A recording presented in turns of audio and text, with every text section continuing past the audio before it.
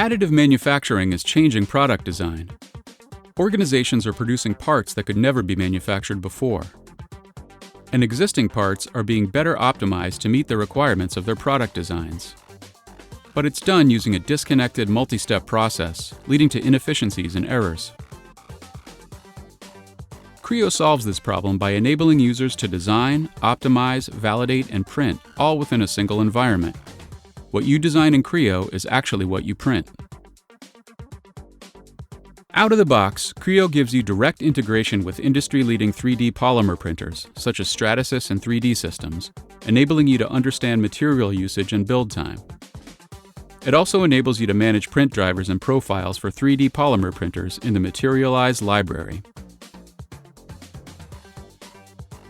And with the Creo Additive Manufacturing extension, designers can create parametrically controlled lattice structures. This enables you to optimize your parts to meet a variety of design requirements, including structural, weight, and cost. You can even optimize them to meet multiple requirements simultaneously. Additionally, you can manage, track, store, and reuse your print jobs all within Creo. This includes the ability to auto-position and nest multiple components to save time and money.